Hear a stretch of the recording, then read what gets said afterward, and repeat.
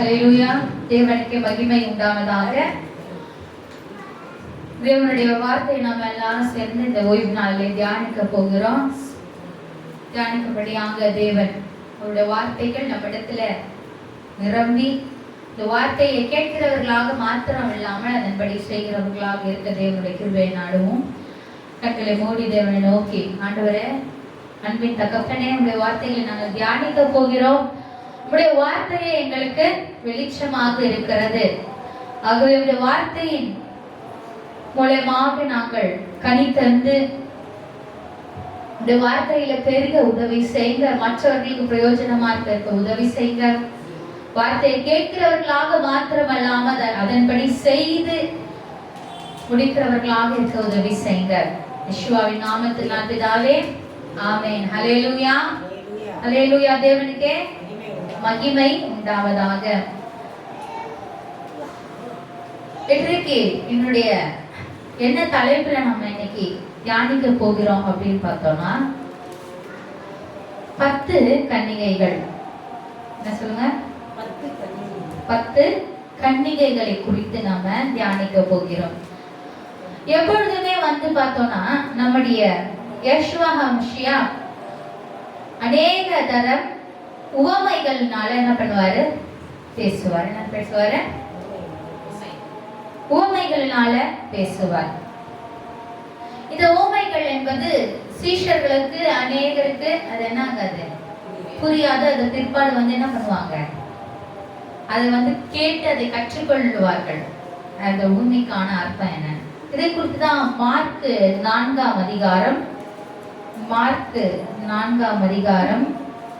9 முதல் 12வது வசனம் வரையிலும் இப்படியாக நம்முடைய இரட்சகர் சொல்லி இருக்கிறார். வாசிக்கலாமா? மார்க் 4ஆம் அதிகாரம் 9 முதல் 12ஆம் வசனம் வரையிலும். ஃபர்ஸ்ட் எடுத்தது என்ன சொல்றாரு? கேட்கிறதற்கு காது உள்ளவன் கேட்க கடவன் என்று அவர்களுக்கு சொன்னார். கேட்கிறதற்கு காது உள்ளவன் கேட்க கடவன். அப்ப இங்க இருக்கிறவங்க நமக்கெல்லாம் காது இருக்குதா? 1க்கு 2 காது இருக்கு. ஆனா அந்த காது என்பது கேட்டுக்கொண்டு இருக்கிறதா? இல்ல கேட்டு இந்த காது கேட்டு இந்த காது விட்டு விடுகிறதா என்பது நமக்கு தான் தெரியும் இல்லையா? சரி, 10வது வசனம். அவர் தனித்திருக்கிற போது 12 கூட அவரை சூழ்ந்திருந்தவர்கள் இந்த உவமைகளை குறித்து அவரிடத்தில் கேட்டார்கள். அதற்கு அவர், தேவனுடைய ராஜ்யத்தின் ரகசியத்தை அறியும்படி உங்களுக்கு அருளப்பட்டது, புறம்பே இருக்கிறவர்களுக்கோ இவைகள் எல்லாம் உவமைகளாக சொல்லப்படுகிறது. அவர்கள் குணப்படாதபடிக்கும் பாவங்கள் அவர்களுக்கு மன்னிக்கப்படாதபடிக்கும் அவர்கள் கண்டும் காணாதவர்களாகவும் கேட்டு உணராதவர்களாகவும் இருக்கும்படி இப்படி சொல்லப்படுகிறது என்றார். அப்ப உவமைகள் என்பது நம்முடைய ராஜாவால, நம்முடைய இரட்சகரால சொல்லப்படுகிறது.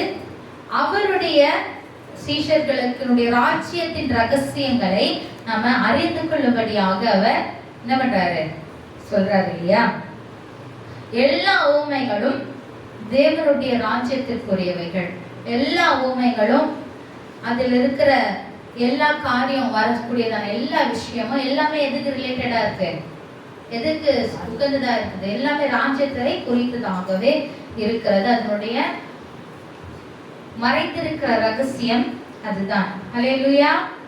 இன்றைக்கு கூட நம்ம இந்த 10 கன்னிகைகளை குறித்து பார்க்க போகிற இந்த தலைப்பு கூட ராஜ்யத்தை குறித்துதான் இருக்கும். ஆமென். தேவனுடைய வசனங்களை வாசிக்கலாம். மத்தேயு 25ஆம் அதிகாரம் 1 முதல் 13ஆம் வசனம் வரையும். மத்தேயு 25ஆம் அதிகாரம் 1 முதல் 13வது வசனம் வரையிலும். யாராவது சத்தமா வாசிக்க முடியுமா? மைக்கே இல்லாம சத்தமா வரணும். மத்தேயு 25ஆம் அதிகாரம் 1 முதல் 13 வசனம் வரையிலும் வாசிக்கலாம். 1 2 3 சொல்லணுமா? அப்பொழுது பரலோக ராஜ்யம் தங்கள் தீவெட்டிகளை பிடித்துக்கொண்டு மணவாளர்களுக்கு எதிர்கொண்டு போக புறப்பட்டு 10 கன்னிகளுக்கு ஒப்பாய் இருக்கும். அவர்களில் 5 பேர் புத்தி உள்ளவர்களும் 5 பேர் புத்தி இல்லாதவருமா இருந்தார்கள். கொஞ்சம் அப்படியே நிறுத்துங்க. அப்பொழுது பரலோக ராஜ்யம் எப்படி இருக்கான்?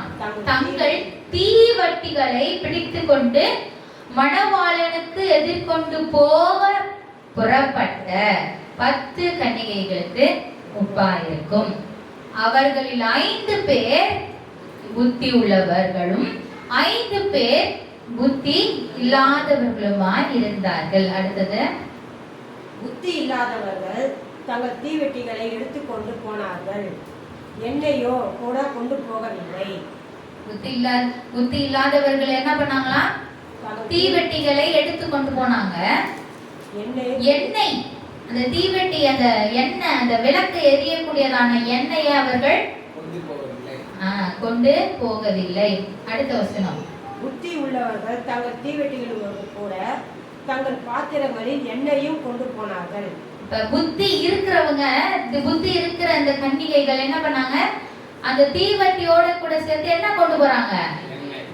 ஒரு பாத்திரத்துல எக்ஸ்ட்ரா ஆயில், எண்ணெய கொண்டு போறாங்க. அடுத்தது, மணவாளன் வருவதற்கு தாமதித்த போது அவர்கள் எல்லோரும் நித்திரை மயக்கம் அடைந்து தூங்கிவிட்டார்கள்.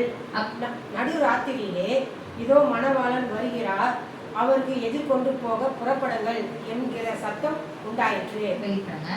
மணவாளன், அதாவது இந்த 10 கன்னிகைகள் எதுக்கு போறாங்க?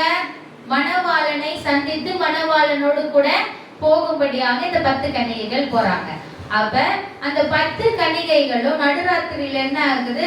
மணவாளன் வருகிறதான நேரம் அதிகமாயிட்டே இருக்கிறதுனால, டைம் போயிட்டே இருக்கு அதாவது அதனால என்ன பண்ணாங்க? அதனால அவங்க நித்திரை மயக்கத்தினால தூங்கிட்டாங்க. நடுராத்திரியில என்ன வந்தது? இதோ மணவாளன் வருகிறார் என்ற சத்தம் உண்டாயிடுச்சு. அப்ப மணவாளன் வருகிறார் என்ற சத்தம் கேட்ட பொழுது அவர்களுக்கு எதிர்கொண்டு போக புறப்படுங்கள் என்கிற சத்தம் உண்டாயிற்று. மணவாளன் வருகிற அவர்களுக்கு எதிர்கொண்டு போங்க, எல்லாரும் வாங்க அப்படின்ற சத்தம் வந்தது. அப்புறம் என்னாச்சு? அப்பொழுது அந்த கன்னிகைகள் எல்லோரும் எழுந்திருந்து தங்கள் தீவெட்டிகளை ஆயத்தப்படுத்தினார்கள். புத்தி இல்லாதவர்கள் புத்தி உள்ளவர்களை நோக்கி, உங்கள் எண்ணெயில் எங்களுக்கு கொஞ்சம் கொடுங்கள், எங்கள் தீவெட்டிகள் அணைந்து போகிறது என்றார்கள். அப்ப எல்லா 10 கன்னிகைகளும் எழுந்தாங்க. எழுந்து என்ன பண்றாங்க? தங்கள் தீவெட்டிகளை ஆயத்தப்படுத்தினார்கள். தங்களுடைய விளக்கு, என்ன தீவெட்டிகள்னா விளக்கு, சரியா? விளக்கு என்ன பண்றாங்க? ஆயத்தப்படுத்தினாங்க. அப்ப புத்தி இல்லாதவங்க, புத்தி இல்லாத கன்னிகைகள் என்ன பண்றாங்க? புத்தி உள்ளவர்களை நோக்கி என்ன பண்றாங்க? எங்களுக்கு எண்ணெயில எங்களுக்கு கொஞ்சம் கொடுங்க, எங்கள் தீவெட்டிகள் என்ன ஆகுது? எங்க விளக்கு அணைய போகிறது என்றார்கள். அடுத்தது, புத்தி உள்ளவர்கள் பிரதி உத்தரமாக, அப்படியல்ல, எங்களுக்கும் உங்களுக்கும் போதாமல் இருக்கும்படி நீங்கள் விற்கிறவர்களிடத்திற்கு போய் உங்களுக்காக வாங்கிக் கொள்ளுங்கள் என்றார்கள். அப்படியே அவர்கள் வாங்க போன போது மணவாளன் வந்துவிட்டார். ஆயத்தமாக இருந்தவர்கள் அவரோடு கூட கல்யாண வீட்டுக்குள் பிரவேசித்தார்கள். கதவு அடைக்கப்பட்டது. பின்பு மற்ற கன்னிகளும் வந்து, ஆண்டவரே, எங்களுக்கு திறக்க வேண்டும் என்றார்கள். அதற்கு அவர், உங்களை அறியேன் என்று மெய்யாகவே உங்களுக்கு சொல்லுகிறேன் என்றார். மனுஷகுமாரன் வரும் நாளையாவது நிகழையாவது நீங்கள் அறியாது இருக்கிறபடியால் விழித்திருங்கள். ஹல்லேலூயா. அப்ப என்ன நடக்குது? இந்த புத்தி இல்லாதவர்கள் என்ன கேட்கும் போது, புத்தி இருக்கிறவர்கள் எங்களுக்கும் எண்ணெய் பத்தாத போயிடும், ஆனால் நீங்க போய் என்ன பண்ணுங்க, எண்ணெய் எங்க விற்கிறாங்களோ அங்க போய் வாங்கிக்கோங்க அப்படின்னு சொன்ன பொழுது, இவர்கள் கடைக்கு போய் என்ன பண்றாங்க? எண்ணெய் வாங்கினாங்களா அப்படின்னா வாங்கினாங்களா இல்லையா? அவங்க வாங்க போகும் பொழுது மணவாளன் என்ன பண்ணிட்டாரு? வந்துட்டாரு. இருக்கிற 5 கன்னிகைகளோட போயிட்டாரு. கதவும் என்ன ஆயிடுச்சு? க்ளோஸ்ட் ஆயிடுச்சு, மூடப்பட்டாயிடுச்சு. உடனே அவங்க என்ன கேக்குறாங்க? எங்களுக்கு அந்த கதவை என்ன பண்ணுங்க, தோறங்க அப்படின்னு கேக்குறாங்க. உடனே அங்க இருந்து என்ன சத்தம் வருது? என்ன சொல்றாரு? உங்களை அறியேன் என்ற சத்தம் வருகிறது, பதில் வருகிறது. உங்களை அறியேன் என்று மெய்யாகவே எங்களுக்கு சொல்லுகிறேன் என்றார். அப்ப இந்த உவமை குறித்து தான் இன்னைக்கு இதனுடைய ஆழங்கள், அர்த்தங்கள், ரகசியங்களை குறித்து நம்ம இன்னைக்கு பார்க்க போகிறோம். இந்த இப்போ படிக்கும் பொழுது நம்மளுக்கு ஓரளவுக்கு புரிந்திருக்கும்னு நினைக்கிறேன். சரி, இதனுடைய அர்த்தங்களை பார்க்கலாம். இந்த மத்தேயு 25 இந்த 10 கன்னிகைகளுடைய உவமையில பார்த்தோம்னா 5 காரியங்கள் சொல்லப்படுகிறது. இந்த 5 காரியங்கள் என்ன அப்படின்னா, புத்தி உள்ளவர்கள், சரியா, வைஸ் பர்சன்ஸ், புத்தி இல்லாதவர்கள், அதாவது ஃபூலிஷ் என்று சொல்லுவாங்க. புத்தி உள்ளவர்கள், புத்தி இல்லாதவர்கள். மூன்றாவது தீவட்டிகள், விளக்கு, சரியா. அடுத்தது எண்ணெய், என்னது எண்ணெய். சரி, இது அடுத்தது என்னது வெளிச்சம். எண்ணெயா தீவட்டியும் எதுக்கு? வெளிச்சம். அப்ப வெளிச்சமே இல்லாத எப்படி போய் பார்ப்பாங்க? அப்ப இந்த 5 காரியங்களும் மிக முக்கியமான ஒரு கருப்பொருளாக அந்த இடத்துல என்ன இருக்குது, விளங்குகிறது. சரியா? முதலாவது என்ன சொன்ன? புத்தி உள்ளவர்கள்.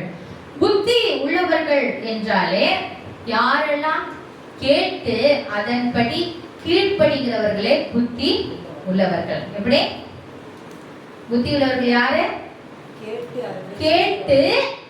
கேட்டு அதன்படி செய்கிறவர்கள், அதாவது கீழ்ப்படுகிறவர்கள் தான் புத்தி உள்ளவர்கள். வாசிக்கலாம். சங்கீதம் 19ஆம் அதிகாரம் 7வது வசனம். சங்கீதம் 19ஆம் அதிகாரம் 7வது வசனத்தை வாசிக்கலாம். எடுத்தவங்க வாசிக்கலாம். சங்கீதம் 19:7.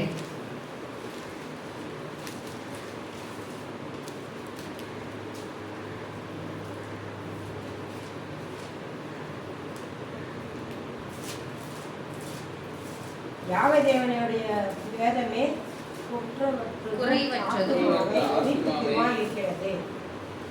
மக்களுடைய சாட்சி சத்தியமும் வேலையை ஞானமாக்கிறது. சரி, தேவனுடைய வேதம், கர்த்தருடைய வேதம் குறைவற்றதும் ஆத்துமாவை உயிர்ப்பிக்கிறதுமா இருக்கிறது.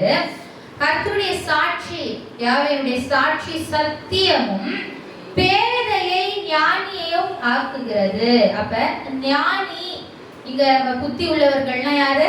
ஞானம் உள்ளவர்கள். அப்ப அந்த ஞானம் எங்க இருந்து வருது? அவருடைய வேதத்திலிருந்து. அந்த வேதம் தான் ஞானி ஆக்குகிறது. ஒரு சிம்பிளா வயசா ஆக்குறது தேவனுடைய வேதமாக இருக்கிறது. ஹல்லேலூயா, ஹல்லேலூயா. மத்தேயு 7ஆம் அதிகாரம் 24வது வசனத்தை வாசிக்கலாம்.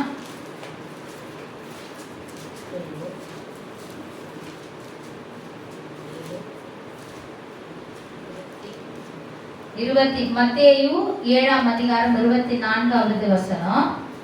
ஆகையால் நான் சொல்லுகிற இந்த வார்த்தைகளை கேட்டு இவைகளின்படி செய்கிறவன் எவனோ அவனை கண்மலையின் மேல் தன் வீட்டை கட்டின புத்தி உள்ள மனுஷருக்கு ஒப்பிடுவேன். அப்ப ஹல்லேலூயா. அப்ப அதாவது புத்தி உள்ளவர்கள் அப்படின்னு சொன்னாலே புத்தி இருக்குதா அப்படின்னா தேவனுடைய வார்த்தைகளுக்கு கீழ்ப்படுகிறவர்களே எப்படியா இருக்கிறாங்க?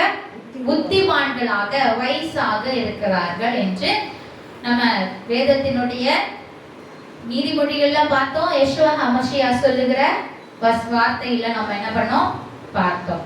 அடுத்தது புத்தி இல்லாதவர்கள்.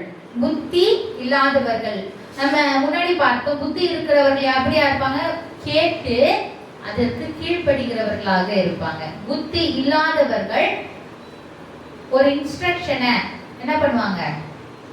வெறுக்கிறவர்களாக, அதன்படி செய்யாதவர்கள், அதுக்கு அப்படியே என்ன பண்ணுவாங்க? ஆப்போசிட்ல இருப்பாங்க. வாசிக்கலாம். நீதிமொழிகள் 1:7.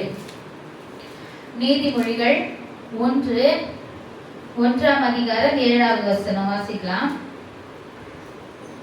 கர்த்தருக்கு பயப்படுதலே ஞானத்தின் ஆரம்பம், மூடர் ஞானத்தையும் போதகத்தையும் அசட்டை பண்ணுகிறார்கள். அப்ப மூடர்கள், புத்தி இல்லாதவர்கள் என்ன பண்றாங்க? எதற்கு? என்ன என்ன அசட்டப்படுறாங்க? தேவனுடைய போதகத்தை, தேவனுடைய வேதத்தை என்ன பண்றாங்களாம்? புத்தி இல்லாதவர்கள் அசட்டை பண்ணுகிறார்கள், கீழ்ப்படியாதவர்களுக்கு மனமில்லாது இருக்கிறார்கள். அதே நீதிமொழிகள் 10ஆம் அதிகாரம் 8வது வசனத்துல, நீதிமொழிகள் 10ஆம் அதிகாரம் 8ஆம் வசனம், இருதயத்தில் ஞானம் உள்ளவன் கட்டளைகளை ஏற்றுக்கொள்கிறான், அலப்புகிற மூடனோ விழுவான். என்ன சொல்றாரு? 10:8ல, இருதயத்தில் ஞானம் உள்ளவன் கட்டளைகளை ஏற்றுக்கொள்கிறான், அலப்புகிற மூடனோ விழுவான். அப்ப இருதயத்துல யாரெல்லாம் ஞானம் உள்ளவர்களாக இருக்கும்படி விரும்புகிறார்களோ அவர்கள் கட்டளைகளை ஏற்றுக்கொள்ளுகிறார்கள். எந்த கட்டளைகள்? தேவனுடைய கட்டளைகளை ஏற்றுக்கொள்ளுகிறார்கள். அலுப்புகிற மூடனோ விழுவான் என்று வேதவசனம் சொல்கிறது. மத்தேயு 7ஆம் அதிகாரம் 26வது வசனத்துல நம்முடைய ரட்சகர் என்ன சொல்றாருன்னு பார்க்கலாம். மத்தேயு 7:26வது வசனம், நான் சொல்லிய இந்த வார்த்தைகளை கேட்டு இவைகளின்படி செய்யாதிருக்கிறவன் எவனோ அவன் தன் வீட்டை மணலின் மேல் கட்டின புத்தி இல்லாத மனுஷனுக்கு ஒப்பிடப்படுவான். அங்க என்ன சொல்லப்படுது? அதனுடைய விளக்கத்தை தான் நம்முடைய ரட்சகர் என்ன பண்றாரு? சொல்றாரு. அப்ப புத்தி இல்லாதவர்கள் என்ன செய்யறாங்க? வார்த்தைக்கு, கட்டளைக்கு கீழ்ப்படுகிறது இல்லை என்று வேத வசனங்கள் சொல்லுகிறது. ஹல்லேலூயா. அப்ப இந்த மத்தேயு 25வது உமையில 2 காரியங்களை பார்க்க, மிச்சம் 3 இருக்கு. தீவெட்டிகள், எண்ணெய், வெளிச்சம். சரி, இப்ப தீவெட்டி, லேம்ப், வெளிச்சத்தை குறிச்சு, தீவெட்டியை குறிச்சு பார்க்கலாம். விளக்கு. நீதிமொழிகள் 6ஆம் அதிகாரம் 23வது வசனம், நீதிமொழிகள் 6ஆம் அதிகாரம் 23ஆம் வசனம், நீதிமொழிகள் 6ஆம் அதிகாரம் 23ஆம் வசனம். கட்டளையே விளக்கு, வேதமே வெளிச்சம், போதக சிச்சையே ஜீவவழி. ஹல்லேலூயா. அப்ப விளக்கை குறித்து இந்த உவமையில சொல்லப்படும் பொழுது நீதிமொழிகள் 6ஆம் அதிகாரம் 23வது வசனத்துல எது விளக்கு? கட்டளையே விளக்கு, கட்டளையே விளக்கு, வேதமே வெளிச்சம், போதக சிச்சையே ஜீவ வழி. அதாவது நமக்கு கட்டளையே விளக்கு. விளக்கு குறித்து பார்க்கிறோம்ல, அப்ப எதுக்கு விளக்கா இருக்கு? கட்டளை என்பது விளக்காக இருக்கிறது, வேதமே வெளிச்சமாக இருக்கிறது. அப்ப அடுத்தது என்னது? வெளிச்சம். அடுத்தது என்னது? வெளிச்சத்தை குறிச்சு பார்க்கலாமா? அதே வசனம் தான் வெளிச்சத்துக்கும், அதே வசனம் தான் 2 வெளிச்சத்துக்கும் சரி விளக்குக்கும் சரி. அதாவது விளக்குனா தீவெட்டிகள், அதுக்கும் சரி வெளிச்சத்திற்கும் சரி இதே வசனம் தான். என்ன வசனம்? கட்டளையே விளக்கு, வேதமே வெளிச்சம். வேதம்னா the law, தேவனுடைய சட்ட திட்டங்கள், லா தான் வேதம். அடுத்தது என்ன பார்க்க போறோம்? 4 பார்த்துட்டோம். என்ன 4 பார்த்தோம்? புத்தி உள்ளவர்கள், புத்தி இல்லாதவர்கள், தீவெட்டிகள் அதாவது விளக்கு, அப்புறம் வெளிச்சம். அடுத்தது எண்ணெய். எண்ணெய் என்று சொல்லப்படும் போது நம்மளுடைய டிசையர், நம்முடைய வாஞ்சை, நம்முடைய விருப்பம் தான் எண்ணெய். அது என்னன்னு பார்க்கலாம். லேவியராகமம் 24ஆம் அதிகாரம் 8வது வசனம் வாசிக்கலாம்.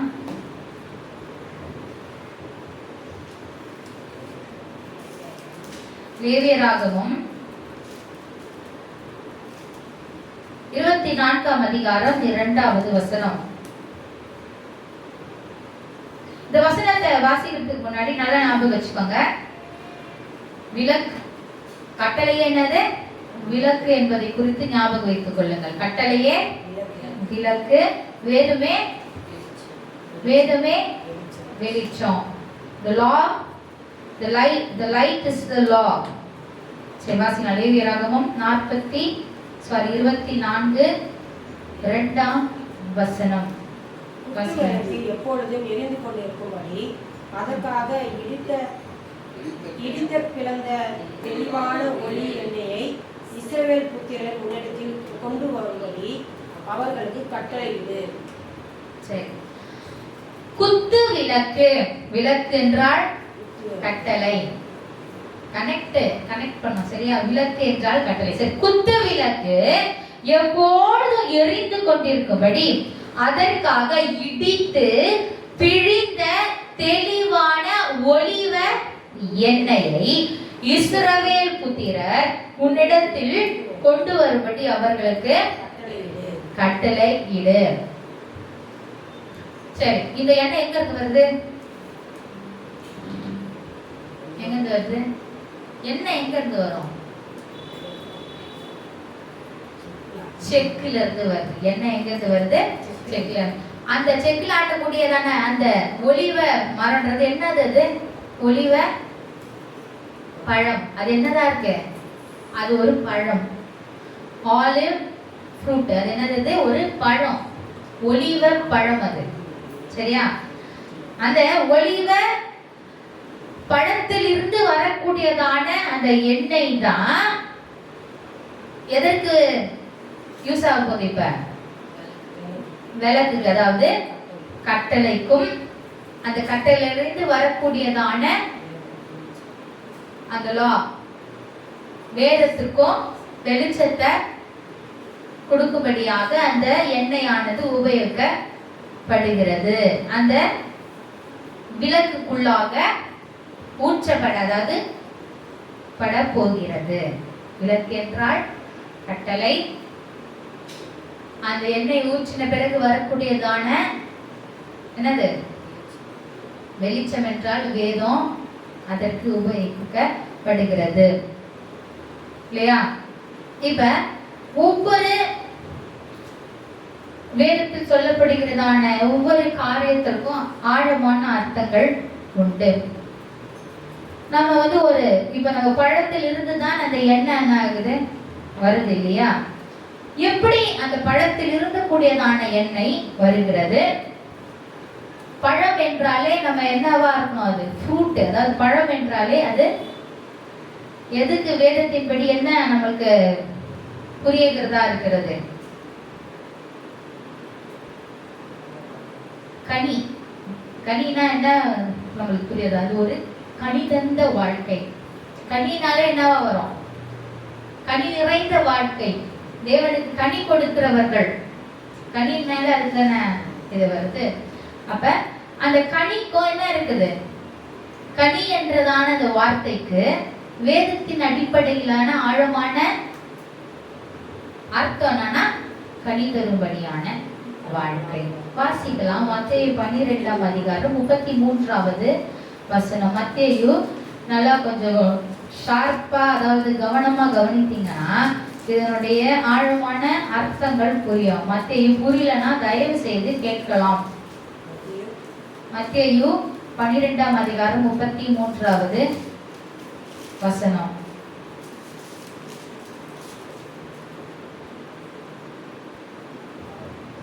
மரம் நல்லது என்றால் அதன் கனியும் நல்லது என்று சொல்லுங்கள்.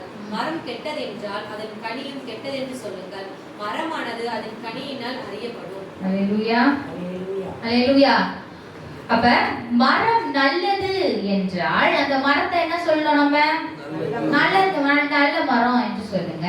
மரம் கெட்டதுன்னா கெட்ட மரம் என்று சொல்லுங்க. மரமானது எதனால அது அறியப்படுகிறதா? அப்ப நம்ம போயிட்டு ஒரு மாமரத்துல மாம்பழம் காய்க்காம புளியங்காய் முளைச்சா என்ன நடக்கும்? இப்ப நம்ம வந்து ஒரு பசியோட போறோம். இந்த மரத்துல, இந்த மாமரத்துல ஏதோ ஒரு பழம் இருக்கும், நம்ம பறிச்சு சாப்பிடலாம், கொஞ்சம் பசி தீரும்னு சொல்லிட்டு போனா அங்க புளியங்காய் காய்ச்சிருந்தா என்ன நடக்கும்? நம்ம வந்து ஏமாற்றப்பட்டுவோமா இல்லையா? என்னடா இது? அவனுக்கு அதிசயமா இருக்கும். எங்களுக்கு பசியில இருக்கும்போது எப்படியா இருக்கும்? ஏமாற்றமா தான் இருக்கும். அப்ப இல்ல அது மரமே கனியை தரலன்னா எப்படி இருக்கும்? தண்ணி கொண்டு டேஸ்டே இருக்காது. டேஸ்ட் இல்லனா அது மாதிரி தண்ணி டேஸ்ட் தர மாட்டேங்குது. ஆமா.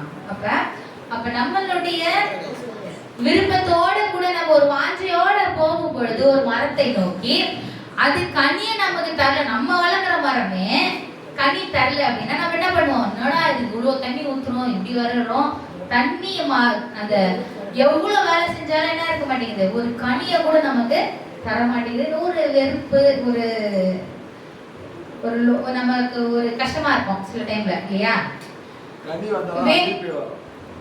சரி, அல்லேலூயா. அப்ப மத்தேயு 12:33 வசனத்தின்படி ஒரு மரம் என்றால் அது யாரை குறிக்கிறது?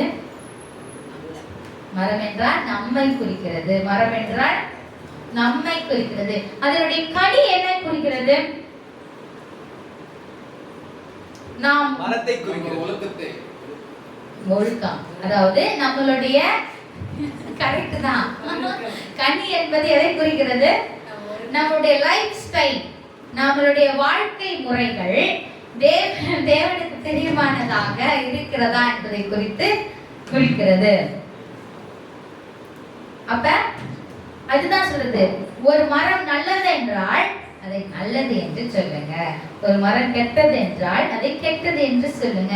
அப்ப எந்தெந்த நபர்கள் எல்லாம் தேவனுக்கு பிரியமான வழிகளில் நடந்து கீழ்ப்படிந்து கனிகளை தந்து நல்ல முறையில தன் வாழ்க்கையை அவருக்கு பிரியமா நடத்துக்கிறாங்க, அவங்க எல்லாம் என்னது? நல்ல நல்ல மரமாக இருக்கிறார்கள், நல்ல கனி கொடுக்கிறவர்களாக இருக்கிறார்கள். மற்றவர்களுக்கும் அந்த கனி ஆனது எப்படியா இருக்குது? பிரயோஜனம் உள்ளதாக இருக்கிறது. இது தேவனுடைய, அது மாத்திரமல்லாமல் அப்படிப்பட்டவர்கள் என்னதான் உபத்திரவங்கள் அவர்களுடைய வாழ்க்கையில வாழ்ந்தாலும் தேவனுடைய வார்த்தைக்கு கீழ்ப்படுகிறவர்கள் அந்த உபத்திரவத்திலே அவர்கள் நொறுக்கப்படும் பொழுது, எப்படி அவர்கள் நொறுக்கப்படும் பொழுது, அட்டிக்கப்படும் பொழுது, கஷ்டப்படப்படும் பொழுது, எல்லா விதமான மேடு பள்ளத்துல ஏறி ஏறி இறக்கும் பொழுது அவர்களுடைய தேவன் மீது தேவனுடைய வார்த்தைக்கு கீழ்ப்படுகிறவர்களுடைய நல்ல மரத்தை போல இருக்கிற நல்ல கனிகளை கொடுக்கிறவர்கள் இப்படிப்பட்ட பிரச்சனைகள் எல்லாம் என சகித்து கொண்டு போவார்கள், இல்லையா? அவர்கள் கடைசி வரை, முடிவு பரியந்த வரை நிலை நிற்பவனே என்ன பண்ணுவான்? ரட்சிக்கப்படுவான். அப்போ ஒரு மரமானது நல்ல முறையில நம்ம வாழ்க்கையை நடத்துவது மாத்திரம் அல்லாமல் அதுல அந்த வாழ்க்கையில என்ன இருக்கும்? நிறைய என்ன இருக்கும் சொல்லுங்க? நல்ல அப்படியே ரோசா பூ போட்ட மாதிரி அப்படியே பாதையில நடந்து போவோமா? எங்க போனாலும் ரோஜா பூ தான். கார்பெட் விரிச்சு நம்மள வர வைப்பாங்களா? நம்மளுடைய வாழ்க்கை கார்பெட்டில நடந்து போற மாதிரியா இருக்கும்? கடவுளுக்கு கீழ்ப்படிந்து நல்ல மரமா இருந்து நல்ல கனிகளை கொடுக்கிறவர்களுடைய வாழ்க்கை கார்பெட்ல நடந்து போற மாதிரி இருக்காது, ரோஜா பூ மேல நடந்து போற மாதிரி என்னைக்குமே இருக்காது. சில டைம்ல முள்ளுல நடப்போம், சில டைம்ல வெயில நடப்போம், சில டைம்ல பாறை மேல நடப்போம், சில டைம்ல என்ன ஆகும்? சேத்துல கூட நடந்து போவோம். அப்ப நம்முடைய வாழ்க்கையானது எப்படி இருக்குது? இதெல்லாம் நான் சொல்றதெல்லாம் ட்ரிபிலேஷன், அதாவது உபத்திரவங்களை குறித்து சொல்றேன். இதெல்லாம் நடக்கிற காரியங்கள்லாம் இருக்கு. அதுக்கு ஒரேடியா இதுலயே நடக்கூட மாட்டாரு. சில மேடுகளும் தேவன் என்ன பண்ணுவாரு? உயர்த்தி அதுல இருந்து என்ன பண்ணுவாரு? வைப்பார். அல்லேலூயா. ஆனா கடைசியில நம்முடைய ரட்சகர் வரும் பொழுது அவருடைய ராஜ்யத்துல போய் சேர்றதுதான் வெற்றி. அதுதான் நம்ம கனிதந்த மரமாக இந்த உபத்திரவத்தை தாங்கி கொண்டிருக்கிறது. பலன் எங்க இருக்கு? இந்த பூமியில மட்டும் இருக்குது மட்டும் கண்டு நினைச்சிருக்காது. இங்க இருக்கு, அவருடைய ராஜ்யத்துல மாத்திரம்தான் இருக்கு, அவர்கிட்ட தான் இருக்கு. சரியா? அதனால சோர்ந்து போக கூடாதுன்றதுக்காக தான் ஆண்டவர் சொன்னார், முடிவு பரியந்த வரை நிலைத்து நிற்பவனே ரட்சிக்கப்படுவான். யாரை இப்ப ரட்சித்து முடிந்து விடல. ரட்சிப்பு என்பது ஒரு ப்ராசஸ்ல இருக்குது, ஒரு ப்ராசஸ் ஆயினே இருக்குது. நம்ம எப்படி இருக்கோம்? அது யெஷுவா மஷியா வரும் பொழுது அந்த ரட்சிப்பு என்பது நல்ல கனி தந்த மரமாக நாம் இருக்கும் பொழுது என்ன நடக்குது? இந்த ரட்சிப்பினுடைய நிறைவை நாம பெற்றுக்கொள்கிறோம். வாசிக்கலாம். ஒன்று வெளிப்படுத்தின விசேஷம் 1ஆம் அதிகாரம் 19வது வசனம். வெளிப்படுத்தின விசேஷம் 1ஆம் அதிகாரம் 9வது வசனம்.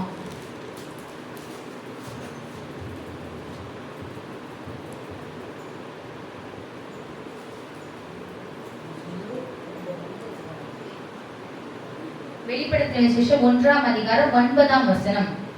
உங்கள் சகோதரனும் யெஷுவா கிறிஸ்துவின் நிமித்தம் வருகிற உபத்திரவத்திற்கு அவருடைய ராஜ்யத்திற்கும் அவருடைய பொறுமைக்கும் உங்களுடன் பங்காளனுமாய் இருக்கிற யோவானாகிய நான் தேவ வசனத்தின் நிமித்தம் யெஷுவா கிறிஸ்துவை பற்றி சாட்சியின் நிமித்தம் பத்மு என்னும் தீவிலே இருந்தேன். இப்ப யோவான் சொல்றாரு, என்ன சொல்றாரு? அவரே அட்ரஸ் பண்றாரு. என்ன சொல்றாரு? உங்கள் சகோதரனும் யெஷுவா மேசியாவின் நிமித்தம் வருகிற உபத்திரவத்துக்கும் அவருடைய ராஜ்யத்திற்கும் அவருடைய பொறுமைக்கும் உங்கள் உடன்படி பங்காளனுமாயிருக்கிற யோவானாகிய நான் தேவ வசனத்தின் நிமித்தம் யெஷுவா மெசியாவை பற்றிய சாட்சி நிமித்தம் பத்மு எனும் தீவிலே இருந்தேன் அப்படின்னு சொல்றாரு. என்ன சொல்றாரு? அப்ப ஆண்டவரை ஏற்றுக்கொண்டால், ஆண்டவரை ஏற்றுக்கொண்டால் யெஷுவா மசியா இயேசு கிறிஸ்து என்னுடைய இரட்சகர், அவரே என்னுடைய தேவன் என்று சொல்லுகிற அனைவருக்கும் என்ன உண்டு? என்ன உண்டு? உபத்திரவங்கள் உண்டு. யோவான் சொல்றாரு, என்ன சொல்றாரு? நான் ஆண்டவரை யெஷுவா மேசியாவின் நிமித்தம் வருகிற உபத்திரவத்திற்கும் அவருடைய ராஜ்யத்திற்கும், அவருடைய ராஜ்யத்துக்கு போனா என்ன வேணும்? பொறுமை வேணும். அந்த பொறுமையிலே நான் என்ன பண்றேன்? அந்த பொறுமையில நானே உங்களுடைய, அதாவது யாரெல்லாம் இந்த உபத்திரவத்திலும் அவருடைய ராஜ்யத்துக்கு போகக்கூடியதான பிரச்சனையில பொறுமையோடு சகித்து வாழ்கிற எல்லாருடைய உடன் பங்காளனுமாய் இருக்கிறேன் என்று யோவானாகிய நான் சொல்றேன் என்று சொல்றாரு. அப்ப தேவனுடைய ஜனங்கள் நல்ல மரமானது எப்படியா இருக்கும்?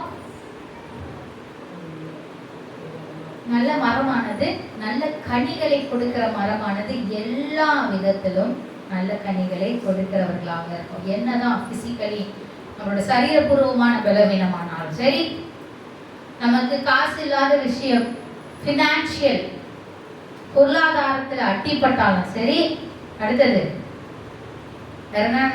எமோஷனலி நம்மளுடைய ஃபீலிங்ஸ் அட்டி வாங்கினாலும் சரி, சைக்காலஜிக்கலி அப்படின்னு பார்த்தா நம்முடைய சில டைம்ல வந்து நம்மளுடைய கோபமோ இல்லை நம்ம மற்றவர்களிடத்தில் நடந்து கொள்கிற விதமோ நம்மளை வந்து மற்றவங்க கிட்ட தவறா போர்ட்ரே பண்ணிடும். நம்மளே அதை நம்ம என்ன பண்ணுவோம்? மென்டல் மாதிரி சில டைம்ல சைக்கோ மாதிரிலாம் நடத்துவோம். இப்படி நல்ல கனி தருகிறவர்கள் என்ன பண்ண மாட்டாங்க? சைக்கோ மாதிரிலாம் நடந்துக்க மாட்டாங்க இல்லையா? ஆனா சில என்ன சொல்றது, அப்ப இப்படி இருக்கும் பொழுது இது நம்ம வந்து ஒரேடியா நம்ம என்ன பண்ணல, செயின்டா பசுத்தவனா மாற முடியாது. இதெல்லாம் நம்மளுடைய வாழ்க்கையில கற்றுக்கொள்ள வேண்டிய காரியமா இருக்குது. கனி தரது என்பது வந்து சாதாரண விஷயம் கிடையாது. ஒரு மனுஷன் வந்து கனி தர வேண்டும், தேவனுக்குரிய கனிகளை தர வேண்டும் என்றால் பொறுமை எல்லாத்துலயும் என்ன ஆகணும்? பிராக்டிஸ் ஆயினே வரும். நம்ம எப்படி பிராக்டிஸ் ஆயினே வரணும். எமோஷனலா நம்ம டேமேஜ் ஆகுது, அது எப்படி நம்ம மேற்கொள்ளுதான்ற வசனத்தை வைத்து அப்படின்னு சொல்லிட்டு பிராக்டிஸ் ஆகும். உடனே எடுத்து என்ன பண்ண முடியாது, நம்மளால தர முடியாது. கொஞ்சம் கொஞ்சமா பொறுமையா இருந்து அதை பிராக்டிஸ் பண்ணும்போது நல்ல கனிகளை நம்ம என்ன பண்ணுவோம்? கொடுக்கிறவர்களாக நம்ம இருப்போம். ஹல்லேலூயா. இப்ப நம்ம மறுபடியும் லேவியராகவும் 4வது அதிகாரம் 2வது வசனத்துக்கு போலாமா? அங்க இருந்து தானே இப்ப இங்க வந்தோம். மறுபடியும் போலாம். என்ன போட்டிருக்கு?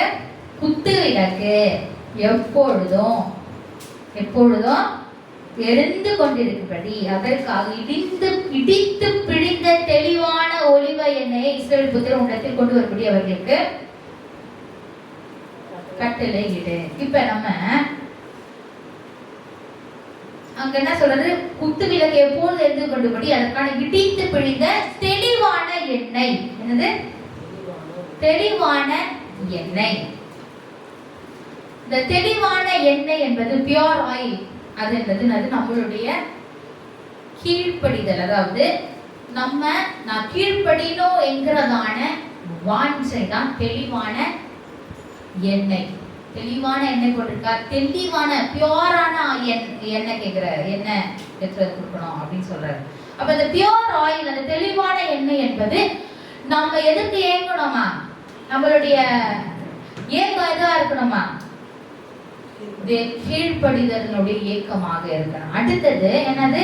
இடித்து பிடித்து. அந்த எண்ணெய் எப்படி வருது? இடித்து பிழிந்து வருகிறது. அந்த எண்ணெய் எப்படி வருது? இடித்து பிழிந்து வருகிறது. இது எது குறிக்கிறது? இடிக்கும் போது என்ன நடக்குது? அது எதவா குறிக்கிறது? நம்முடைய உபத்திரவங்களை குறிக்கிறது. இடித்து பிழியும் பொழுது அதுல இருந்து வரக்கூடியதான எண்ணெய். இடித்து பிழிவது நம்முடைய உபத்திரவங்களை குறிக்கிறது. அப்ப நம்முடைய ஏக்கம், தேவனுக்கு கீழ்ப்படுகிற ஏக்கமும் நம்முடைய உபத்திரவங்களும் சேர்ந்து அதிலிருந்து வரக்கூடியதான எண்ணெய் எதற்கு போகுது? எண்ணெய் எங்க போகுது? எதற்காக போகிறது? தேவனுடைய குத்து விளக்கு எரியும்படியாக போகிறது. அப்ப இது ரெண்டும் சேர்ந்து இப்படி நம்ம எண்ணெயாக செயல்படும் பொழுதுதான் நம்ம தேவனுடைய கற்பனைகளுக்கு எப்படியா இருப்போமா? வெளிச்சமாக இருப்போமா? நம்ம 10 கன்னிகைகளை நம்ம பார்த்தோம். எதுக்கு போய் எண்ணெய் தேடின்னு இருக்கிறாங்க எல்லாரும்? 5 கன்னிகைகளை, புத்தி இல்லாத கன்னிகைங்க. சொல்லுங்க, எதுக்கு? வெளிச்சத்துக்கு. ஏன் அவர்கள் அந்த மற்ற 5 கன்னிகைகளுடைய வெளிச்சத்துல ஏன் போய் அப்படியே ஜாயின் பண்ணி போல? அவர்களுக்கு தனித்தனிப்பட்ட விஷயத்துல வெளிச்சம் வேண்டும். அந்த வெளிச்சம் எப்படி எரிய வேண்டும்? இந்த வெளிச்சம் என்னது? வெளிச்சம் என்னன்னு வசனம் சொல்லிக்கிறது? வேதமே வெளிச்சம். அப்ப வெளிச்சமா வேதத்தின்படி நடக்கிறவர்களே வெளிச்சத்தை பிரகாசிக்கிறவர்களாக இருக்கிறார்கள் என்று வேதம் சொல்லுகிறது நமக்கு. அப்ப அந்த வேதத்தின் வெளிச்சத்திலே பிரகாசிக்கிறவர்கள் நாம் கீழ்ப்படிந்து தேவனுடைய கீழ்ப்படிதலுக்கு ஏக்கம் உள்ளவர்களாகி உபத்திரவத்தினாலும் கஷ்டத்தினாலும் நம்ம பொறுமையோடு சகித்து அந்த எண்ணெயை தருகிறவர்களாக இருக்கணும். எப்பொழுது அந்த எண்ணெயை வைத்திருக்கிறவர்களாக நாம இருக்கணும். எண்ணெய் இல்லாத விளக்கு எரிஞ்சுதா? அப்ப இப்ப நமக்கு அந்த வசனத்துடைய விளக்கம் புரிகிறதா? எது? எந்த வசனம்? லேவியராகமம் 24:2. ஏன் ஆண்டவர் இப்படி எண்ணெயை கொண்டு வாங்க அப்படின்னு சொல்றாரு? இந்த வசனம் புரிகிறதா? அநேக நேரத்துல நம்ம உபத்திரவங்களுக்குள்ளாக நடந்து போக கூடும். நம்ம எப்படி இப்ப ஆண்டவர் நம்ம சொல்றோம், நம்ம எப்படி இந்த ஒலிவ எண்ணெய்க்கு எப்படி நம்ம ஒலிவ பழம் பத்தியாங்களா அதற்கு ஏன் ஒப்பிடுகிறார்? இதனுடைய இந்த வசனத்துடைய ரகசியம் ஒலிவ பழத்தோட ஏன் நம்ம ஒப்பிடப்பட வேண்டும்? வாசிக்கலாம். ரோமர் 11:17 வசனம்.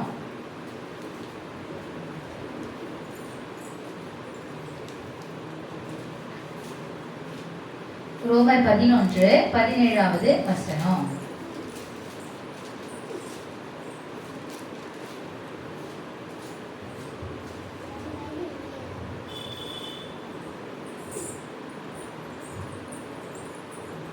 சில கிளைகள் முறித்து போடப்பட்டிருக்க காட்டு ஒலிவ மரமாகிய நீ அவைகள் இருந்த இடத்தில் ஒட்ட வைக்கப்பட்ட ஒலிவ மரத்தின் வேருக்கும் சாரத்துக்கும் உடன் பங்காளியாய் இருக்கையானால். சரி, அப்படியே இருக்கலாம். சில கிளைகள் முறித்து போடப்பட்டிருக்க காட்டொலிவ மரமாகிய நீ அவைகள் இருந்த இடத்தில் ஒட்ட வைக்கப்பட்டு ஒலிவ மரத்தின் வேருக்கும் சாரத்துக்கும் உடன் பங்காளியுமாய் இருந்ததினால். என்ன அர்த்தம் அப்படின்னா, இஸ்ரவேல் என்பது ஒலிவ மரத்தை குறிக்கிறது. இஸ்ரவேல் மக்கள் எல்லாம் என்ன குறிக்கிறாங்க? என்ன மரத்துக்கு ஒப்பிடப்படுறாங்க? ஒலிவ மரத்துக்கு ஒப்பிடப்படுகிறார்கள். அப்ப அந்த ஒலிவ மரத்துல சில கிளைகள் முறிக்கப்பட்டது. அந்த கிளைகள் யார் என்று பார்த்தா, யாரெல்லாம் கீழ்ப்படியாதவர்களோ இஸ்ரவேலிலே யாரெல்லாம் இந்த 12 கோத்திரத்திலே கீழ்ப்படியாதவர்கள் முறித்து போடப்பட்டார்கள்.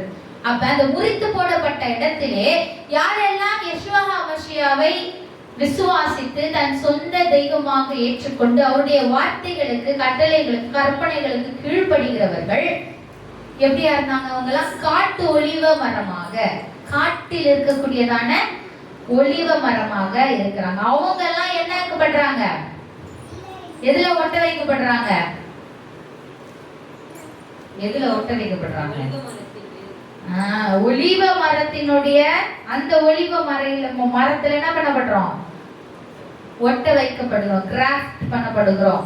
நம்மலாம் இந்த ஒலிவ மரத்துல இஸ்ரவேலோடு கூட நம்ம ஒட்ட வைக்கப்படுகிறோம். அப்ப நாமும் என்னவா இருக்கிறோம்? ஒலிவ மரமாக இருக்கிறோமா? we are the branches இல்லையா? நம்மலாம் வந்து அவருடைய ஒலிவ மரத்தினுடைய கிளையாக இருக்கிறோம். அந்த கிளை என்னது? இந்த கிளையில இருந்துதான் நம்ம ஒலிவ பழத்தை கொடுக்க போகிறோம். அந்த மரத்திலிருந்து தான், அந்த பழத்திலிருந்து தான் என்ன வரப்படுகிறது? என்ன வருது? எண்ணெயை கொடுக்க போகிறோம். எதற்காக? என் கீழ்ப்படிதலுக்கும் என்னுடைய வாஞ்சைக்கும், ஆண்டவர் மேல அவருடைய வார்த்தைக்கு இருக்கிற வாஞ்சைக்கும் நான் எண்ணெயை கொடுக்க போகிறேன். அப்ப நல்ல கனிகளை குறித்து, அதாவது இந்த வெளிச்சம், நம்ம ஒரு விஷயம் நல்ல புத்தி உள்ளவர்கள், புத்தி இல்லாதவர்கள், அப்புறம் விளக்கு, வெளிச்சம், எண்ணெய், இது எல்லாத்துக்கும் அர்த்தங்கள் வந்திருக்கா இல்லையா? எல்லாத்துக்கும் அர்த்தம் பார்த்தோமா? அப்ப நம்ம புத்தி உள்ளவர்கள் யாரெல்லாம்? கீழ்ப்படுகிறவர்கள். புத்தி இல்லாதவர்கள், கீழ்ப்படியாதவர்கள். விளக்கு என்பது, தீவட்டிகள் என்பது என்னவா இருக்கு? விளக்கு என்பது என்னவா இருக்குன்னா விளக்கு கட்டளையா இருக்கிறது. வெளிச்சம் என்பது வேதம், வேதமா இருக்கிறது. எண்ணெய் என்பது என்னது? இதுதான் உங்களுக்கு சொன்ன அத்தனை வசனங்கள். எண்ணெய் என்பது எதை குறிக்கிறது? ஒலிவ மரத்திலிருந்து தான் எண்ணெய் வருது. அந்த எண்ணெய் என்பது எதற்கு ஒப்பிடப்படுகிறது? எண்ணெய் என்பது எதற்கு ஒப்பிடப்படுகிறது? வெளிச்சம் தான் கொடுக்கும் எண்ணெய். இப்ப என்ன இருட்டா கொடுக்கும்? இப்போ ஒவ்வொன்றுக்கு பார்த்தோம்ல. இப்போ எண்ணெய் என்ன குறிக்கிறது? நான் எத்தனை 4 தடவை சொல்லியிருப்பேன் நினைக்கிறேன். எண்ணெய் எதை குறிக்கிறது நான் சொன்னேன். நம்முடைய எண்ணெய் எதை குறிக்கிறது? நம்முடைய கீழ்ப்படிதலுக்குள்ளான வாஞ்சையையும், அப்புறம் நம்ம நொறுக்கப்படும் பொழுது வரக்கூடியதான தெளிவான எண்ணெய் அதை குறிக்கிறது. எண்ணெய் என்பது நம்மை குறிக்கிறதாக இருக்கிறது இல்லையா? இப்ப நம்ம மறுபடியும் என்ன பண்ணலாம்? 10 கணிகைகளோட போகலாம்.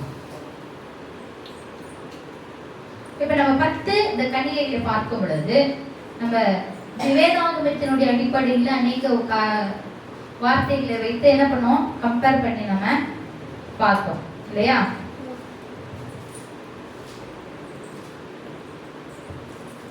இப்ப திருப்பி அந்த வேதவசனத்தை எடுத்து வைத்துக் கொள்ளலாம். மத்தேயு 25 1ஆம் அதிகாரம் 13வது வசனம்.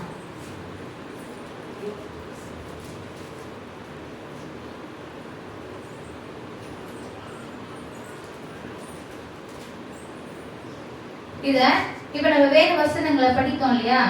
அந்த வேத வசனத்தினுடைய தீவட்டிகள் அதெல்லாம் இருக்கு பத்தி, அதெல்லாம் என்ன பண்ண போறோம்? இதுல என்ன பண்ண போறோம்? கனெக்ட் பண்ணி படிக்க போகிறோம். இதே வசனத்தை வேத வசனத்தினுடைய டெஃபினிஷன்ஸ் வச்சு கனெக்ட் பண்ணி படிக்கிறோம். அப்ப படிக்கும்போது என்ன வருகிறது, அதனுடைய அர்த்தம் என்னவா இருக்கிறதுன்னு பார்ப்போமா? வாசிக்கலாம். அப்பொழுது பரலோக ராஜ்யம் தங்கள் கட்டளைகளை பிடித்து கொண்டு மணவாளனுக்கு எதிர்கொண்டு போக புறப்பட்ட 10 கன்னிகைகளுக்கு ஒப்பாயிருக்கிறது. அவர்கள் 5 பேர் புத்தி உள்ளவர்கள், 5 பேர் புத்தி இல்லாதவர்களுமாய் இருந்தார்கள். புத்தி இல்லாதவர்கள் தங்கள் கட்டளைகளை எடுத்துக்கொண்டு போக, தங்கள் கட்டளைகளை 5 of them கட்டளைகளுக்கு கீழ்ப்படியாதவர்கள், எடுத்துக்கொண்டு போகாதவர்கள் என்ன வருது? கட்டளைக்கு கீழ்ப்படியாதவர்களாக போனார்கள். என்னது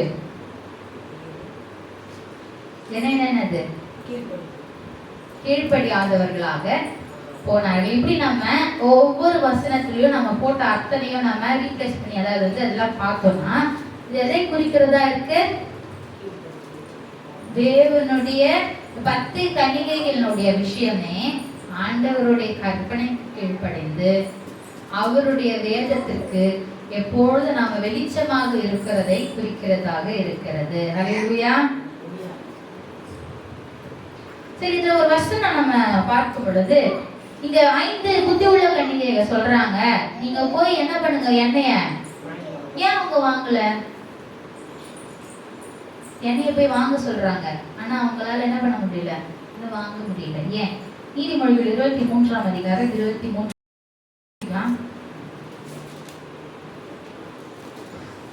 நீதிமொழிகள் 23:23.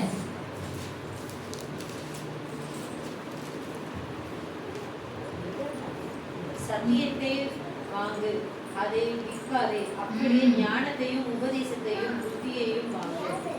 என்னது? சத்தியத்தை வாங்கு, அதை விற்காதே, அப்படியே ஞானத்தையும் உபதேசத்தையும் புத்தியையும் வாங்கு. அப்ப சத்தியமானது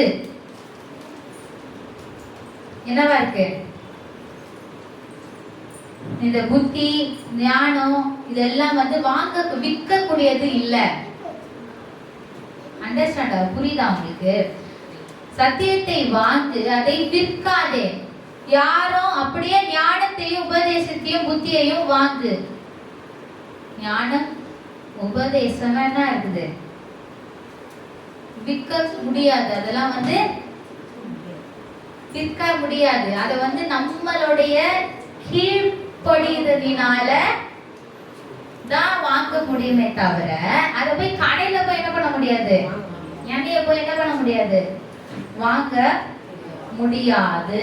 அப்ப தேவனுடைய வார்த்தைக்கு கடைசி காலத்துல போய் வாங்கணும், கீழ்ப்படியணும், வெளிச்சமா இருக்கணும்னா என்ன பண்ண முடியாது? அது எங்கேயும் கிடைக்காது, வாங்கவும் முடியாது. இல்லையா? டிசைர் வாங்க முடியுமா? அதாவது விருப்பத்தை வாங்க முடியுமா? விருப்பம் என்பது நமக்குள்ளாக இருக்கணும். இப்ப இதுல பார்த்தோம்னா அந்த 10 பேருமே கன்னிகைகள். 10 பேருமே என்னது? கன்னிகைகள் தான். 10 பேருமே கன்னிகைகள் தான், இல்லையா? அந்த 10 பேருமே யாருக்கு ஆயத்தமா இருக்கிறதுக்கு போறாங்க? மணவாளனுக்கு ஆயத்தமா இருக்க போறாங்க. இப்ப நம்ம இதுல இருந்து நம்ம ஒரு விஷயத்தை புரிந்து கொள்ள வேண்டும். அப்ப அந்த 10 கன்னிகையில பார்த்தோம்னா அவங்க எல்லாருடைய ஏதோ ஆண்டவருக்குள்ள என்ன பண்ணோம்? ஆண்டவரோடத்து போனோம். அவங்களும் நான் கன்னிகைகளாக நான் ஆண்டவருக்கு தான் பிரியமா இருக்கிறேன்றத சொல்லிதான் போறாங்க. ஆனா என்ன நடக்குது? ஆனா 5 பேர் தான் எடுத்துக்கொள்ளப்படுகிறார்கள். ஏன் இந்த 5 பேர் கீழே கைவிடப்படுகிறார்கள் என்றால் ஏன்?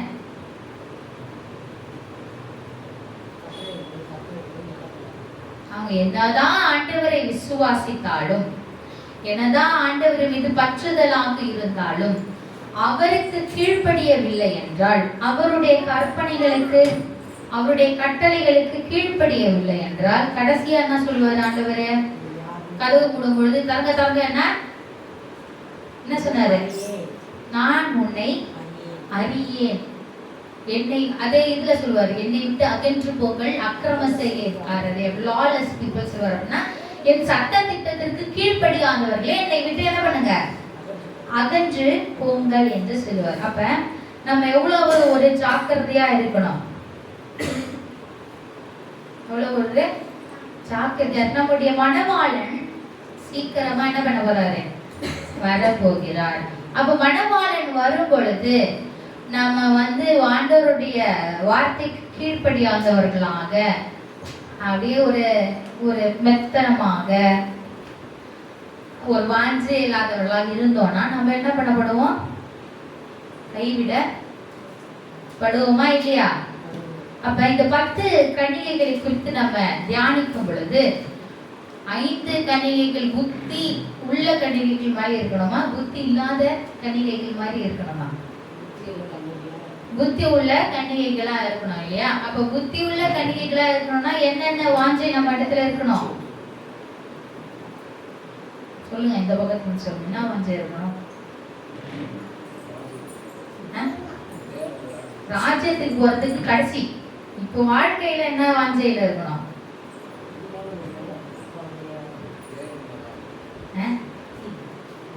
நம்ம வார்த்தைக்கு கீழ்படிக்கிறதுல வாஞ்சை. அதிகமா கேட்டு போறதுல ஒரு பிரயோஜனமும் இல்ல. இந்த ஆராதனை செய்யறது, ஆண்டவரை துதிக்கிறதுலயும் ஒரு நாள் துதிச்சிட்டேன்னா அவ்வளவுதானா, முடிஞ்சிச்சா? துதி என்பது வார வருஷம் ஒவ்வொரு நாளும் நம்ம ஆண்டவருக்காக என்ன நம்முடைய வாழ்க்கை வாழ்கிறது என்பதே ஆண்டவருக்கு ஏறெடுக்கக்கூடிய உண்மையான துதியே அங்கதான் இருக்குது. இங்க இருக்கு உண்மையான துதி. அது ஒவ்வொரு நாளும் நம்ம ஆண்டவருக்காக எப்படி வாழ்றோம், அதான் உண்மையான துதியாக இருக்கிறது. ஹல்லேலூயா. ஆண்டவரை நோக்கி நம்ம என்ன கேட்கணும்? நம்ம நாங்க உமக்கு கீழ்ப்படிய வேண்டுமே, உமீது வாஞ்சையா இருக்க வேண்டுமே என்றுதானே நம்மளுடைய ஜெபம் இருக்கணும். ஜெபத்துக்கு ஏற்ற மாதிரி நம்மளும் என்ன பண்ணோம்? வாஞ்சையோடு இருந்து அவருக்கு கீழ்ப்படிய வேண்டுமா இல்லையா? எல்லாரும் ஆண்டவரை நோக்கி இந்த வேலையில இருந்து ஆண்டவரை நோக்கி பார்க்கலாம். ஹல்லேலூயா. நன்றி ஆண்டவரே, இப்படி நாம மகிமைப்படுவதாக. இந்த வார்த்தைகளை நாங்கள் தியானித்தோமே. ஆண்டவரே, உங்களுடைய வேதத்தை, உங்களுடைய வேதமே குறைவற்றதும் ஆத்துமாவை உயிர்ப்பிக்கிறதுமாக இருக்கிறது. இந்த 10 கன்னிகைகளுடைய உவமைகளை நாங்கள் தியானிக்கும் பொழுது ஆண்டவரே, உம்முடைய கட்டளை, உம்முடைய வேதத்தினுடைய வெளிச்சம் நாங்கள் கொடுக்கிறவர்களாக இருக்க, மணவாளன் வரும் பொழுது நாங்கள் கொடுக்கிறதான எண்ணெய் உம்மீது உம்முடைய வேதத்திற்கு கீழ்ப்படியக்கூடியதான அந்த வாஞ்சை, நாங்கள் நொறுக்கப்படும் பொழுது எங்களிடத்திலே வரக்கூடியதான பொறுமை, கனிதரம், கனிகள் எல்லாவற்றையும் நாங்கள் தந்து உமக்கு பிரியமான வாழ்க்கையை வாழ எங்களுக்கு உதவி செய்யுங்க ஆண்டவரே. நாங்கள் பலவீனமானவர்கள், நீங்க இல்லைன்னா நாங்க இல்ல ஆண்டவரே. பரிசுத்த ஆவி எங்களிடத்தில் இல்லை என்றால் எங்களால் ஒன்றுமே செய்ய முடியாது. தயவாக கிருபையாக எங்களுக்கு உங்களுடைய பரிசுத்த ஆவியை நான் வழி நடத்துங்க. எந்தெந்த பகுதிகளிலே நாங்கள் பலவீனராக இருக்கிறோமோ அந்த இடத்தில் எல்லாம் எங்களை பரிசுத்த ஆவியை கொண்டு நிலை நிறுத்துங்க. உங்களுடைய கிருபையினால நிரப்புங்க. உமக்கு பிரியமான வாழ்க்கையை வாழ்ந்து உமக்கு சாட்சியாக இருக்கும்படியாக உங்களை நிலை நிறுத்துங்க. எங்களுக்கு உதவி செய்யுங்க. யெகோவாவின் நாமத்தினாலே கேட்கிறோம் எங்கள் தகப்பனே. எங்களுக்கு இரக்கம் பாராட்டுங்க. மனதுருக்கம் உடையவரே, இரக்கத்தில் ஐஸ்வர்யம் உள்ளவரே, ஆண்டவரே, நாங்கள் தவறுகளை செய்கிறோம், எங்களுக்கு உதவியாய் நீர்த்தாமே. எங்கள் தவறுகளை நீக்கி உம்முடைய பரிசுத்த பாதையிலே நடந்து வர உதவி செய்யுங்க. யெகோவாவினுடைய அடிச்சுவடுகளை தொடர்ந்து வரும்படியாக கிருபை பாராட்டுங்க. யெகோவாவின் வருகையில கரை திரை பிழையற்றவர்களாக எடுத்துக்கொள்ளப்பட உதவி செய்யுங்க. மணவாளன் வரும் பொழுது ஆயத்தப்படாதவர்களாக இருக்க நாங்கள் இல்லாதபடிக்கு எங்களுக்கு உதவி செய்யுங்க. ஆண்டவரே, ஆயத்தத்தோடு யெகோவாவுக்கு காத்திருக்க உங்கள் இருதயம் எப்பொழுதும் சிறப்பட்டு எப்போதும் ஆயத்தமாக இருக்க உங்களுடைய வார்த்தை எப்பொழுது எங்களிடத்தில் பிரகாசிக்கும்படி எங்களுக்கு உதவி செய்யுங்க. யெகோவாவின் நாமத்தினாலே பிதாவே உதவி செய்யுங்க. ஹல்லேலூயா. யெகோவாவின் நாமத்தினால் பிதாவே.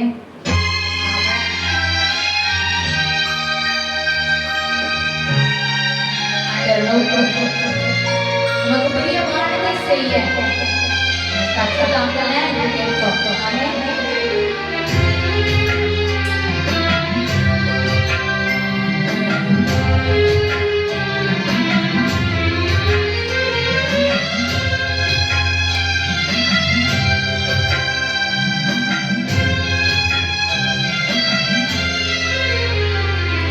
உமக்கு பிரியமானதை செய்ய எனக்கு கற்றுத்தாரும் தெய்வமே. உமக்கு பிரியமானதை செய்ய எனக்கு கற்றுத்தாரும் தெய்வமே. நீரே தேவன், உம் நல்ல பரிசுத்த ஆவியினாலே செம்மையான வழியிலே நடத்த வேண்டுமே. செம்மையான வழியிலே நடத்த வேண்டுமே. மேக ஸ்தம்பமே, அக்கினி ஸ்தம்பமே, தேற்றும் தெய்வமே, துணையாளரே. மேக ஸ்தம்பமே, அக்கினி ஸ்தம்பமே, தேற்றும் தெய்வமே, துணையாளரே.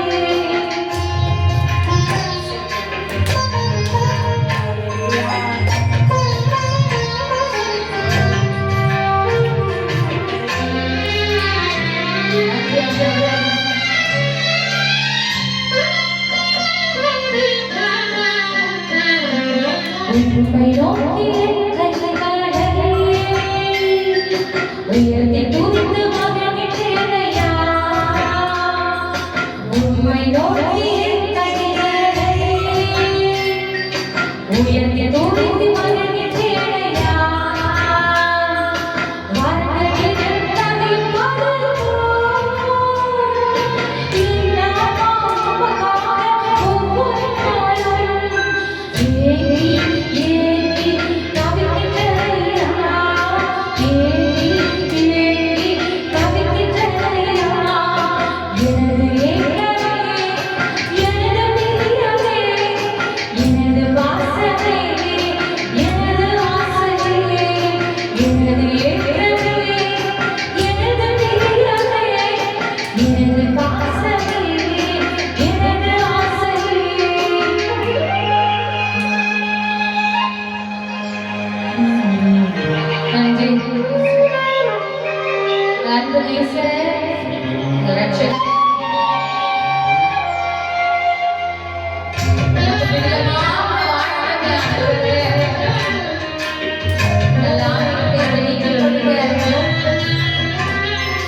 உமது அன்பை அதிகமானதே, காண செய்யும் கருணை நேசரே.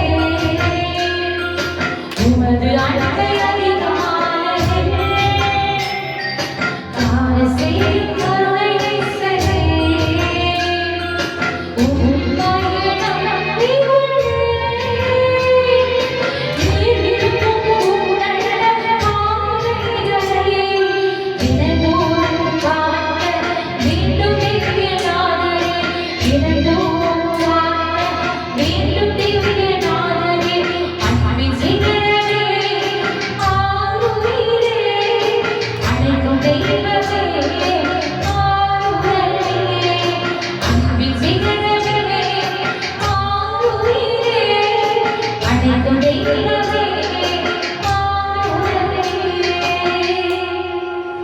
நன்றி ஆண்டவரே. எங்களை அழைத்து எங்களை உருவாக்கி எங்களை வழிநடத்தி கொண்டு வருகிற அன்பின் தெய்வமே, எங்கள் துணையாளரே, எங்கள் மனவாளரே, சீக்கிரமாய் வரப்போகிறவரே, புத்தி உள்ள கண்ணீர்களாக எடுத்துக்கொள்ளப்பட எங்களை வழிநடத்தும்படியாக தாழ்த்துகிறோம். இதை கேட்கிறவர்களும் உங்களுடைய கற்பனைகளுக்கு கட்டளைகளுக்கு கீழ்ப்படிந்து வெளிச்சமாக இருக்க உதவி செய்த விஸ்வாவின் நாமத்தினால் பிதாவே, ஆமென். ஆத்துமாவே யாவே தேவனை ஸ்தோத்திரி, யாவே தேவன் செய்த சகல உபகாரங்களையும் மறவாதே. தேவனுடைய உன்னதத்தின் ஆசீர்வாதங்களை பெற்றுக்கொள்ளலாம். யாவே உங்களை ஆசீர்வதித்து உங்களை காக்க கடவர். யாவே தம்முடைய முகத்தை உங்கள் மேல் பிரகாசிக்க பண்ணி உங்கள் மேல் கிருபையா இருக்க கடவர். யாவே தேவன் தம்முடைய முகத்தை உங்கள் மேல் பிரசன்னமாக்கி உங்களுக்கு சமாதானம் கட்டளையிட கடவர். உங்கள் அனைவருக்கும் இன்னொரு முறை வாழ்த்துக்கொள்ளலாம். ஷபாத் ஷலோம். ஆமென்.